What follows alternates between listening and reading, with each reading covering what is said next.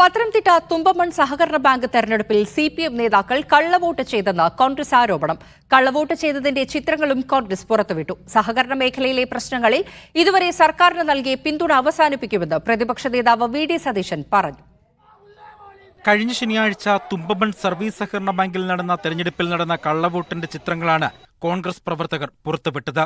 മറ്റ് പ്രദേശങ്ങളിൽ നിന്നുള്ള CPM ബ്രാഞ്ച് സെക്രട്ടറിമാരും ലോക്കൽ സെക്രട്ടറിമാരും പ്രാദേശിക CPM നേതാക്കളും കള്ളവോട്ട് ചെയ്തുവെന്നാണ് ആരോപണം.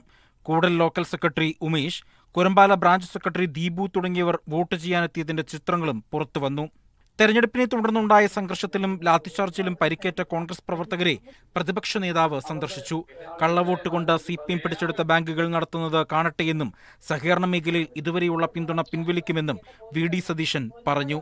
ഗുണ്ടകളെ ഉപയോഗിച്ച്, പോലീസിനെ ഉപയോഗിച്ച് ജനാധിപത്യ വിരുദ്ധമായി ഈ ബാങ്കുകൾ പിടിച്ചെടുത്തിട്ട് ഇനി ഒരുമിച്ച് നിൽക്കലുമില്ല, സഹകരണ രംഗത്തുമില്ല.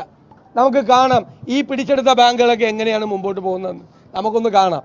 മീഡിയ 1 പത്തനംതിട്ട.